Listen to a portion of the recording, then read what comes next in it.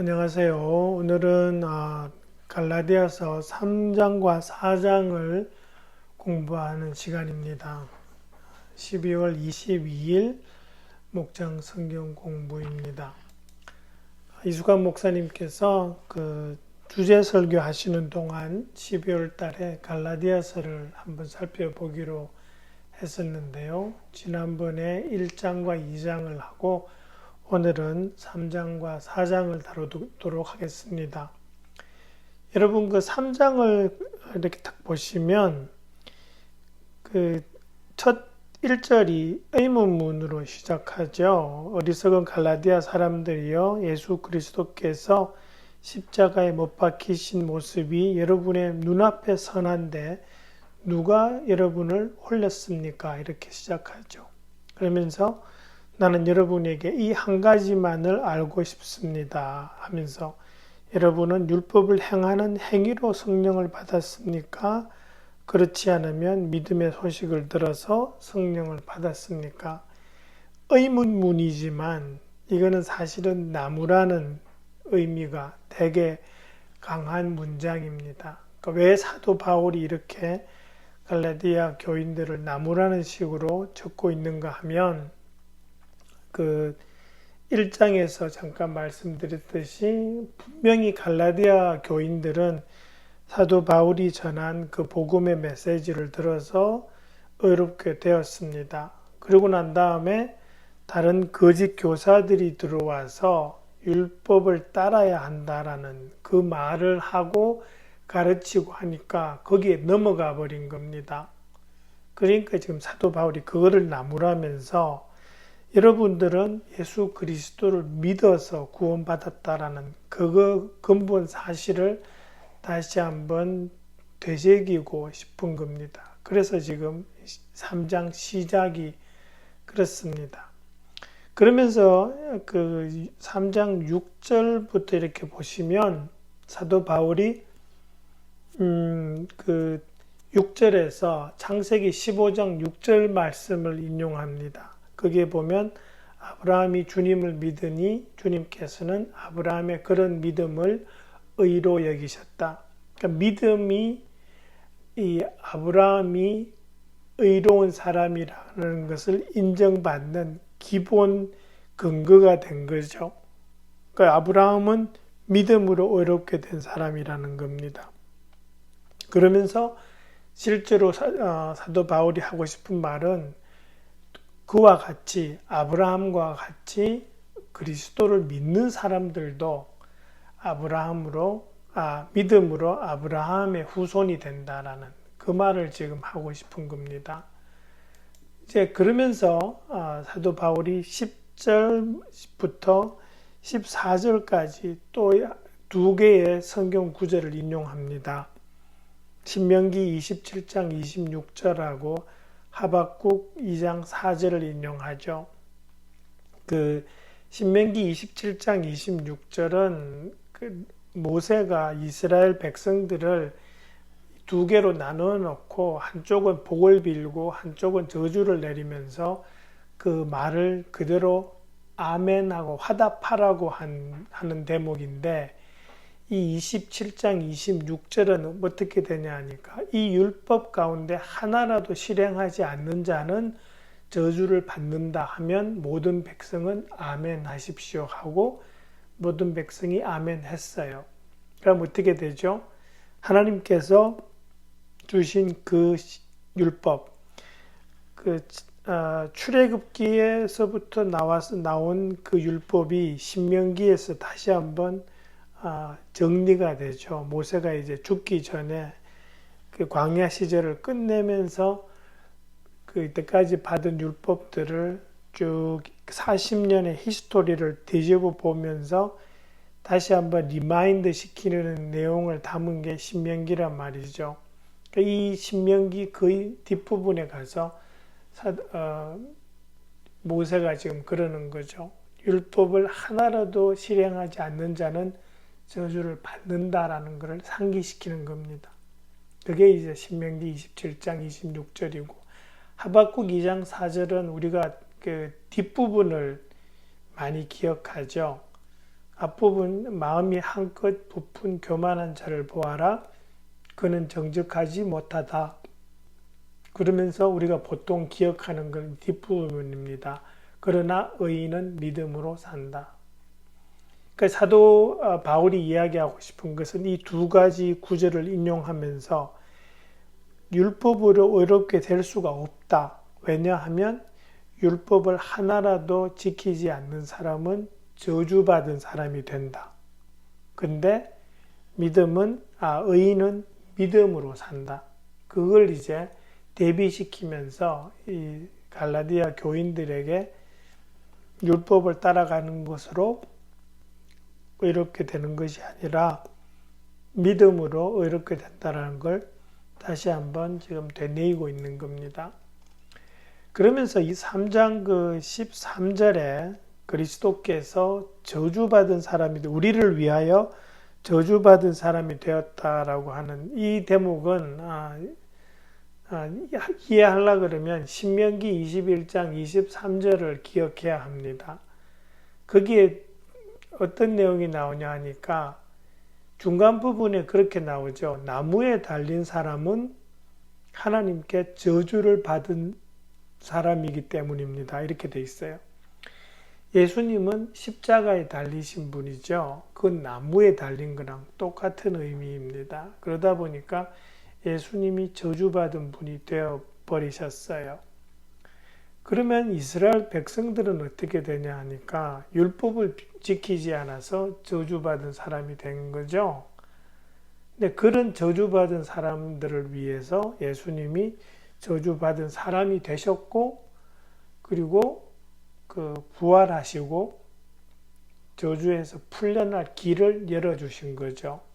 그 말씀을 지금 하고 싶으셔서 이 신명기 말씀을 사도 바울이 지금 인용하면서 설명을 하고 있는 겁니다.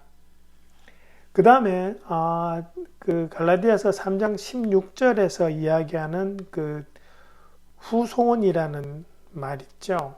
이 후손이라는 말은 아브라함한테 네 후손 이렇게 말씀하셨을 때 후손이라는 말이 원래는 복수잖아요. 그러니까 아브라함의 후손은 밑으로 벌써 아들만 12이기 때문에 집단입니다. 근데 그걸 자꾸 단수로 받아요. 이 사도 바울이. 여기서 이 사도 바울이 하고 싶은 말은 뭐냐 하니까 하나님께서 네 후손 그랬을 때 그것은 결국에는 예수 그리스도를 염두에 두고 하신 말씀이다. 그래서 그 후손, 그리고 그 후손을 믿는 사람, 그게 아브라함의 후손이다라는 그 말씀을 지금 하고 싶어서 이렇게 말을 지금 그런 식으로 지금 쭉 유도해 나가고 있는 사도 바울이 지금 전하고 싶은 메시지가 있어서 그렇게 지금 적고 있는 겁니다. 그 다음에 17절 보면 이렇게 돼 있었죠. 하나님께서 맺으신 언약을 율법이 무효로 하지 못한다. 이거는 이제 시작이 그렇게 되는 겁니다. 아브라함으로부터 율법이 주어진 그 모세 때까지는 약 430년의 갭이 있습니다. 그러니까 믿음으로 의롭게 된다라는 그 원리는 아브라함 때 세워진 거죠.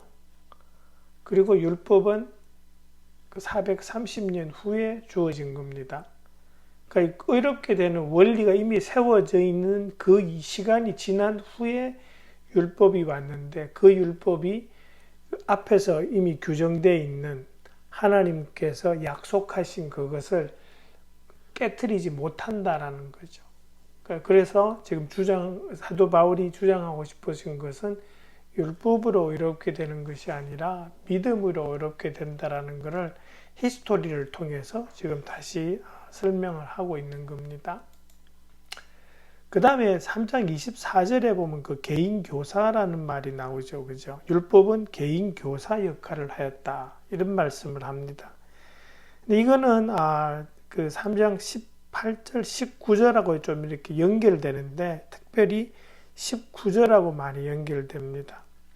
그러니까 율법이 지금 사도 바울이 이야기한 것은 18절, 19절에서 이야기하는 것은 특별히 18절에서는 율법은 구원의 방편이 될 수 없다. 의롭게 되는 방법이 아니다라고 설명하시면서 그럼 율법을 왜 주셨냐라는 질문이 나오는 거죠. 그 역할이 뭐냐 하니까 그게 개인 교사 역할이었다라는 거죠. 개인 교사는 뭡니까? 옆에 붙어 있으면서 어떻게 행동하고 어떻게 말하고 하는 것을 가르쳐 주는 사람이 개인 교사입니다. 다시 말해서 율법은 사람들로 하여금 마땅히 살아야 하는 그 삶의 방법, 태도를 보여주기 위해서 주신 것이라는 거죠. 근데 사람이 율법을 완전히 지키지 못했죠. 그러니까 개인 교사를 붙여줌에도 불구하고 안 됐다라는 것을 설명하고 싶으신 겁니다. 그러면서 그런 사람들에게 개인 교사를 붙여주었음에도 불구하고 온전히 율법을 지키지 못하는 그런 사람들에게 하나님의 은혜가 필요하다. 어떤 은혜냐? 믿음으로 의롭게 되는 하나님의 은혜가 필요하다라는 말씀을 지금 사도 바울이 쭉 하고 싶으셔서 이런 식으로 논리를 전개하고 있는 겁니다. 그 다음에 26절부터 29절의 말씀은 이거는 요약하면 이런 겁니다. 율법 아래에 있지 않고 믿음으로 아브라함의 후손이 되는 사람들을 지금 쭉 이야기합니다. 그런 사람들은 하나님의 자녀로서의 신분을 누리게 된다라는 거죠. 그리고 하나님의 자녀로서의 신분을 누리게 되는 데에는 차별이 없다라는 겁니다. 인종이나 신분이나 남자와 여자의 구별이 없다라는 말씀을 28절이 특히 그런 거죠. 유대 사람도 그리스 사람도 없으며 종도 자유인도 없으며 남자와 여자가 없다. 여러분 모두가 그리스도 예수 안에서 하나이기 때문입니다. 그렇게 지금 차별이 없고 모든 사람들에게 주어질 수 있다는 것을 지금 설명하고 싶으신 겁니다.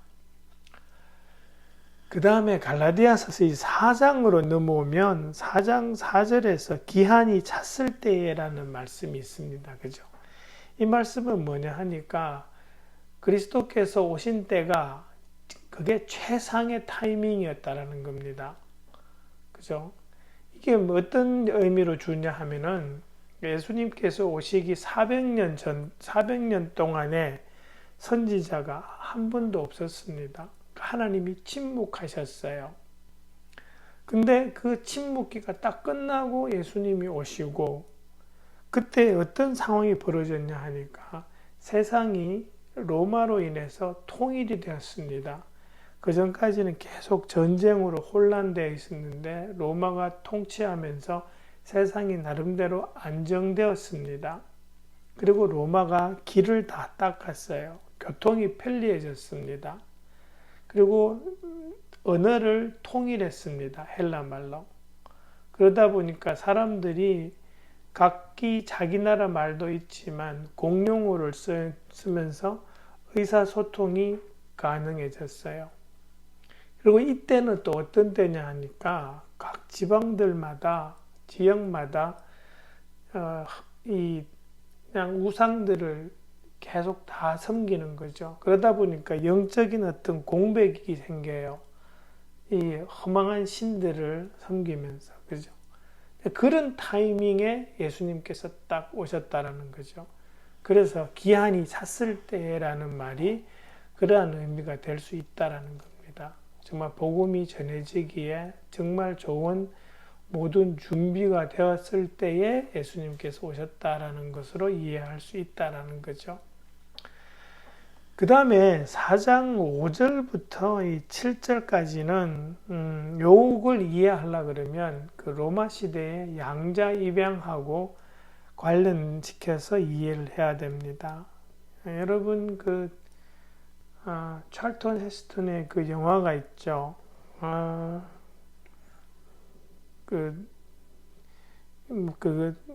말 경주하는 거기에 보면은 주인공이 로마의 귀족에게 나중에 보면 입양되거든요. 근데 그 당시에 입양된 사람은 법적으로요, 그 아버지의 모든 권리를 함께 누릴 수 있었습니다. 그게 이제 양자로 입양된 사람의 특징이고 권리입니다. 근데 믿음으로 의롭게 된 사람들은 하나님의 자녀로 입양된 사람이라는 겁니다. 그러니까 그렇게 입양되면 어떻게 되느냐? 하나님을 아빠, 아버지라고 부를 수 있게 되고요. 그리고 하나님께서 주시는 하나님의 소유인 모든 것을 상속받을 수 있는 자격, 권리가 생긴다라는 그 말씀을 지금 사도 바울이 5절부터 7절까지 하고 싶으신 겁니다. 그 다음에 이제 8절, 9절 하면은 그런 말씀을 해요. 여러분이 하나님을 알지 못해서 본디 하나님이 아닌 것들에게 종노릇하였다. 뭐 이런 식으로 나오는데 여기서 지금 하시고 싶은 말씀은 뭐냐 하니까 당신들이 지금 옛날에 믿던 옛날에 그 하나님이 아닌 옛날에 믿던 그 신들과 관련되어 있던 그 종교 행위로 지금 돌아가고 있는데 그랬어야 되겠냐라는 그렇게 이제 꾸짖는 말씀이 8절하고 9절이고요. 그 다음에 10절에 보시면 날과 달과 계절과 해를 지킨다라는 것은 요거는 살짝 유대교의 그 율법에 정해진 절기하고 관계가 있습니다. 그러니까 유대인이 율법에 있는 그 절기를 지키는 것은 그렇게 나쁜 일은 아닙니다. 근데 문제가 되는 건 뭐냐 하면 그 절기를 지키는 이유가 구원의 방편으로 내가 이걸 해야지만 율법을 지켜야 되기 때문에 그래야만 내가 구원받는다라는 구원의 목적을 가지고 그 절기들을 지키는 것은 믿음으로 의롭게 되는 것하고 상충이 되죠. 그것 때문에 지금 사도 바울이 요 10절을 적고 있는 겁니다. 그래서 그러니까 하나님에 대한 존중의 표시로 그렇게 하는 건 괜찮지만 그거를 그렇게 해서 율법을 지켜서 의롭게 되기 위해서 지키는 것은 문제가 생길 수 있다라는 거죠. 그 다음에 그 갈라디아서 12절부터 20절까지 내용을 보면은 요약하면 이런 겁니다. 잘 읽어보면 갈라디아 교인들하고 사도 바울하고 예전에 참 친했던 것 같아요. 그리고 이 갈라디아 교인들이 그 사도 바울에게 뭔가 이 육체에서 뭔가 좀 문제가 있는 보기에 시험될 만한 것이 있었는데도 갈라디아 교인들이 그것을 참아주고 자기를 따뜻하게 영접해 주었다라는 그런 말을 합니다. 다시 말해서 사도 바울과 갈라디아 교인 사이에 아주 친밀한 교제가 있었다라는 것을 말씀하고 있어요. 근데 뒤로 가면서 뭐라 그러냐 하니까 그게 지금 사라졌다라는 그런 논조의 이야기들이 합니다. 예를 들어서 16절 같으면 그런데 내가 여러분에게 진실을 말하기 때문에 여러분의 원수가 되었습니까? 라는 말까지 툭 튀어나오는 거죠. 그러니까 거짓 교사들 때문에 사도 바울이 가지고 있었던 그 갈라디아 교인들과의 어떤 친밀함이 사라져 버린 거죠. 그리고 이 갈라디아 교인들에게는 구원의 감격이 사라져 버린 그런 느낌을 지금 사도 바울이 받는 겁니다. 그래서 그것을 사도 바울이 안타까워하는 내용이 20절까지 쭉 그렇게 나옵니다. 그 다음에 21절부터 31절까지는 이게 뭐냐라고 살짝 의아해 하실 수도 있어요. 갑자기 뭐 율법이 나오고 하더니만 하갈이 나오고 아브라함의 아들을 나오고 이게 뭔가 하는데 이거는 이런 겁니다. 지금 사도 바울은 지금까지는 뭘 이야기했냐 하니까 율법으로 의롭게 되는 것이 아니라 믿음으로 의롭게 된다.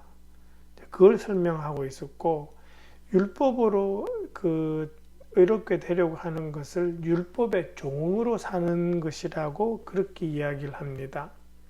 근데 믿음으로 의롭게 되는 사람은 이제 양자가 되었기 때문에 하나님의 자녀로 사는 사람이에요. 그거를 지금 대비시키는데 그 대비를 비유로 설명하는 겁니다. 하갈이라는 여자, 사라라는 여자. 하갈은 아브라함의 첩이죠. 근데 이 하갈은 하나님의 약속의 자녀를 낳지 않아요. 약속의 자녀는 사라 본처에서 나오죠. 그러니까 두 사람의 신분이 확 다른 겁니다. 그거를 지금 비유로 율법의 종으로 사는 사람과 하나님의 자녀로 사는 사람의 그 신분의 차이를 비유로 설명하는데요. 여기서 보시면 그 내용상에 율법의 종로로 타는 상태를 나타내는 말들이 많이 나옵니다. 예를 들어서 여종의 자식, 육신, 하갈이라는 이름, 지금의 예루살렘. 이것들은 다 율법의 종로로 타는 상태를 표현하는 말입니다. 이 지금의 예루살렘이 왜 그러냐 하면은 지금의 예루살렘 사람들은 그냥 율법을 지키는 것으로 의롭게 된다고 생각하고 율법에 매여 있는 사람이잖아요. 그렇기 때문에 이제 율법의 종로로 타는 데에 지금의 예루살렘이 포함되고요. 근데 하나님의 자녀로 어떤 유업을 물려받을 사람들의 상태를 표현하는 말이 보면은 본처의 아들, 약속, 사라, 그죠? 이 네 말들은 다 그 하나님께서 너한테서 네 후손이 나올 거다라고 이야기하신 그 아브라함의 후손이 나오는 그 계열이잖아요. 그러면서 그게 뭐냐 어떻게 돼요? 하늘에 있는 예루살렘. 하늘에 있는 예루살렘은 이 믿음으로 어렵게 되어서 하나님의 자녀가 된 사람들이 물려받을 거죠. 그게 이제 하늘에 있는 예루살렘입니다. 그래서 이 두 개를 사도 바울이 대비시키면서 율법으로 살지 말고 하나님의 자녀로 살아야 된다는 걸 강조하는 것으로 그렇게 이해하시면 이 내용들이 좀 이해가 좀 더 쉬우실 겁니다. 예, 그거로 우리 갈라디아서 4장 설명을 마치겠습니다. 다음 주에는 5장과 6장을 하면서 갈라디아서를 마무리하도록 하겠습니다. 네, 수고해 주시기 바랍니다. 감사합니다.